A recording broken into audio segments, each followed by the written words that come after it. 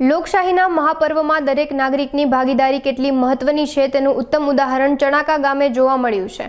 અહીં તૃષાબેન નામની એક દિવ્યાંગ મહિલાએ પોતાના મતાધિકારનો ઉપયોગ કરીને અન્ય લોકોને પણ મતદાન કરવા માટે પ્રેરણા પૂરી પાડી છે।